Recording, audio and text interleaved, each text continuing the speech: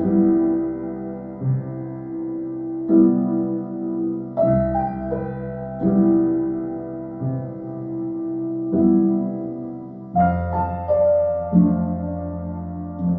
大家好，我係 Ron。今日咧，我哋會測試呢部 Sony 全新推出嘅 ZV-E10 Mark II 啊。咁咧就會睇下佢嘅能力嘅。咁事不宜遲，我哋即刻開始今條 video。咁今代咧就用咗 A6700同埋 FX30都用緊嘅2600萬像素 APS-C sensor 啦，仲可以拍到 4K 60格 10bit 422嘅。咁同埋咧，其實今次咧 Sony 咧就主打佢入邊嘅 Creative Look 功能啦。咁喺今條片裏邊咧，我哋就會一同大家試晒佢嘅。咁今條咧其實係一個上手嘅評測啦，咁就唔會話做到好詳細嘅，放一啲新手同埋一啲咧對相機唔太熟悉嘅用家去用呢部機嘅。咁喺機身上邊咧，大家見到咧，佢同上代個分別咧，其實唔係太大嘅，基本上咧可以話係一樣啦。同埋 ZV-E1 咧，亦都係差唔多嘅。咁不過咧，今代喺個機身上面咧，同上一代最大嘅分別咧，就當然係用咗一粒新嘅電池啦。咁今次咧，我哋係用翻呢粒 Z 電啦，而唔再係細電啦，即係話咧，我哋無論用嗰部機嘅時間啦，同埋拍片嘅時間咧，都可以變得更加長。咁雖然話粒電係大咗啦，但係咧其實佢嘅重量咧係比上一代更加輕嘅，只係重292 gram 嘅啫。咁今代主打嘅就係一啲簡單易用、啱新手用嘅功能啦。咁喺呢部機上面咧，其實有 Creative Look 嘅功能啦，亦都有 S-Cinetone 同埋 S-Log3 等等唔同嘅色彩俾大家選擇嘅。咁當中咧最簡單易用嘅就當然係 Creative Look 啦。我哋最主要咧其實可以用佢嚟影相嘅。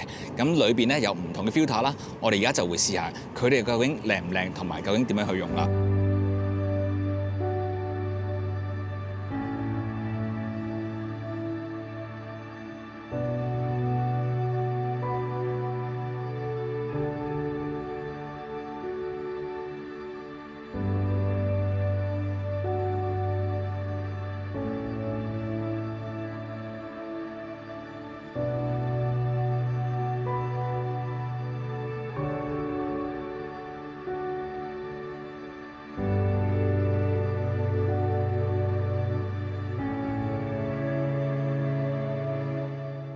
咁試完呢個功能之後咧，其實我發現咧，佢啲相個效果咧，同我平時咧喺 Lightroom 嗰度執完相嗰啲咧，嗰啲顏色咧係有啲相似嘅。咁樣咧，即係話咧，其實今次咧 Sony 就最主要咧想帶出一樣嘢咧，就係其實呢啲功能咧 ，Creative Look 等等係一直咧喺 Sony 相機入邊已經有啦。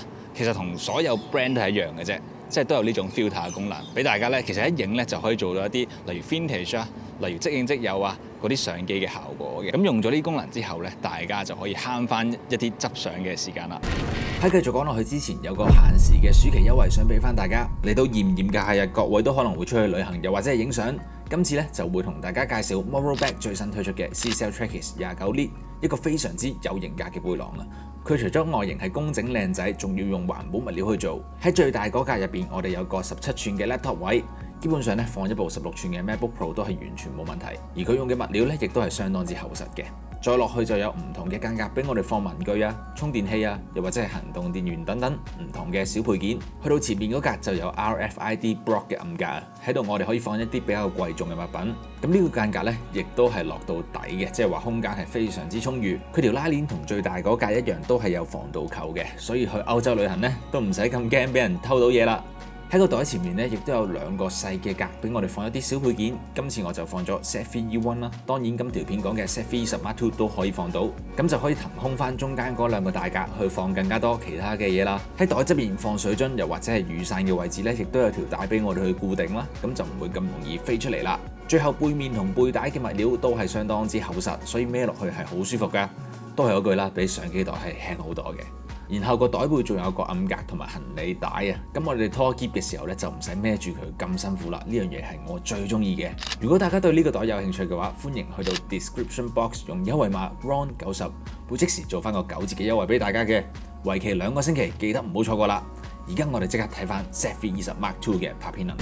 好，咁雖然咧 Sony 就主打呢一部機咧，其實係一部 vlogging 嘅 camera 啦，一部 hybrid 嘅 vlogging camera， 但係咧，佢有一個好大嘅問題嘅，就係嗰個防震個表現啦。因為呢部機咧，其實係冇 IBIS 一個相機嘅內置防手震啦。咁而家咧，我就拎住呢部機咧，試一試下 vlogging 嗰個效果啦。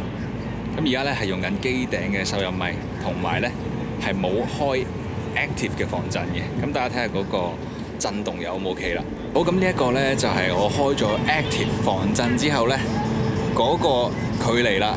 咁咧基本上呢，我而家係伸直晒全隻手啦。咁但係呢個 screen 裏邊呢，我個頭應該係好大個。咁所以咧，呢一個就係開 active 防震去 vlogging 嗰時個效果啦。大家又覺得 O 唔 OK 咧？我就咁睇咧，就覺得唔 OK 嘅，絕對唔 OK。咁所以咧，想買嘅觀眾咧就要考慮呢一樣嘢啦。當然咧，佢喺呢部機入邊都有一個 active 嘅防手震功能啦。咁但係咧，佢就係去到1.5倍嘅 crop in 嘅。如果大家頭先有見到我拍嘅 vlog 畫面咧，就會見到咧，其實我個頭咧已經係佔據咗個 screen 嘅一大個部分嘅啦。咁所以咧，用唔用佢就真係見仁見智啊！如果係我嘅話咧，其實我就一定唔會用呢一個 active 嘅防手震去拍 vlog 嘅。咁但係呢個 active 防手震咧，當然有佢嘅作用啦。就係如果我哋拍啲 B-roll 嘅時候咧，咁佢其實嗰個能力咧就會大派用場㗎啦。咁無論係影下一啲走動緊嘅鏡頭啊，一啲移動緊嘅鏡頭啊，咁佢都會好適合嘅。但係如果用嚟去拍 vlog 嘅話咧，就未必最適合啦。或者仲有一個解決方法嘅，就係唔用呢支 kit 鏡咯，揀一支10到20嘅鏡頭啦。咁如果我哋用過一支最歪嘅鏡嘅時候咧，再加埋呢個 active 防手震咧，咁樣其實做到嘅效果咧都唔錯嘅。咁但係就冇得用呢一支 kit 鏡啦。咁喺呢部機上面咧，個 video 功能咧當然都係唔錯嘅。咁佢最高咧可以拍到 4K 60格啦，仲要係 10-bit 422，咁係一個咧算係幾高嘅配置嚟嘅。咁當然咧，佢亦都可以拍到呢一個叫做 Cinematic Vlog 嘅功能啊。咁其實咧最主要咧就係俾大家影一啲好靚仔嘅 shot 啦。咁上下會有2條黑邊咧，營造出一個比較有電影感嘅感覺嘅。咁當中咧用嘅就係 S-Cinetone 嘅顏色啦。咁當然咧喺裏邊咧亦都可以俾大家選擇唔同嘅風格去用啦，亦都令到成件事咧變得更加 flexible 嘅。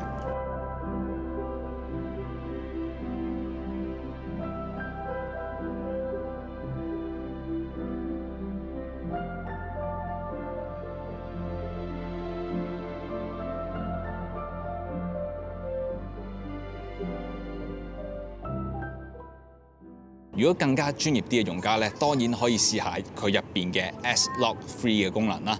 咁佢可以俾到大家最多嘅 dynamic range 啦。咁調完色之後咧，出到嚟嘅效果咧，當然都係會最靚噶。咁補充翻啦，咁喺拍片同埋影相裏邊咧，我哋亦都有女孩子最愛嘅柔膚效果啊。咁正常咧，我哋 off 嘅。咁但係咧，當我哋開啟咗之後咧，亦都有3個唔同嘅選項俾我哋選擇啦。首先係 low 啦，即係冇咁強啦。然後有 mid 啦，即係中等啦。High 就係非常之強嘅。如果想個面係靚仔啲、靚女啲嘅話咧，就記得要開翻呢個功能啦。不過咧，我係唔會開嘅，因為咧我自己覺得佢嘅效果咧實在係太強啦。咁我哋再睇下咧嗰部機身上面咧有啲咩特別嘅地方啦。咁首先咧喺機頂呢度咧有個收音咪啦。咁當然咧我哋拍 vlog 嘅時候咧就可以靠佢收音嘅。機頂咧亦都有一個模式切換嘅按鈕啦，我哋可以轉影相、拍片同埋 S&Q mode 嘅。咁然後當然有拍片掣啦，同埋呢個 Product Showcase 嘅掣啊。我哋都有呢一個 Zoom In Zoom Out 嘅 toggle 啦，等我哋可以好快咁樣就用到呢個 Zoom In Zoom Out 嘅功能啦。咁喺機身側邊咧，我哋都有唔同嘅插頭啦。咁首先我哋就有 mic jack 啦，有個 USB-C 頭啦。然後 HDMI 方面咧係用 Micro HDMI 嘅，同埋我哋有個 Headphone Jack 啦。之後 SD 卡方面咧就係大 SD 卡啦。咁喺 sensor 方面咧，我哋當然係用呢個 Sony 嘅 APS-C mount 啦。咁所以咧會比起 ZV-E1 個 full frame 咧係細好多嘅。咁其實咧喺套裝裏邊咧，跟機我哋都係送埋呢一支1650 OSS Mark II 嘅鏡嘅，同埋有銀色嘅配色啊。咁睇落去咧，如果配埋白色嘅機身咧，會更加靚仔。咁講到同上一代最大分別咧，可能係個 menu 方面啦。咁佢 menu 上邊咧就用咗 Sony 最新嘅界面啦，即係話咧我哋好容易就可以喺入邊調校到一啲 setting，例如個光圈啊、快門啊、ISO 啊，甚至係 picture profile 等等啦。咁除此之外咧，喺拍攝嘅時候咧，其實亦都新增咗一個叫做直倒拍攝嘅功能啊，即係話咧，當我哋打直部機嘅時候咧，其實界面上面所有嘢都會以一個直倒嘅方式去呈現啦，咁就俾大家咧拍啲 social media content 啊，例如 IG Reels 啊，甚至係一啲 YouTube Short 嘅時候咧，會更加方便。咁喺 autofocus 方面咧，佢亦都有升級嘅，咁就用咗 Sony 一啲新嘅技術啦，咁就例如眼球對焦啊，同埋 face detection 啊，亦都辨認到一啲主體，例如人物啊、動物啊、雀仔等等嘅。咁去到最後咧，就要同大家總結一下 ZV-E10個表現啦，同埋我對佢嘅一啲感覺啦。咁雖然佢係用 ZV 嘅機身啦，亦都代表住佢係一部主打 vlogging 嘅相機。不過對於佢 vlogging 嗰個實用性咧，講真我係有少少嘅保留嘅。原因大家啱先都見到㗎啦，就係冇 IBIS 同埋 Active 防震，亦都會有1.5倍嘅 crop 啦。即係話佢基本上咧唔係 for 大家邊行邊用嘅。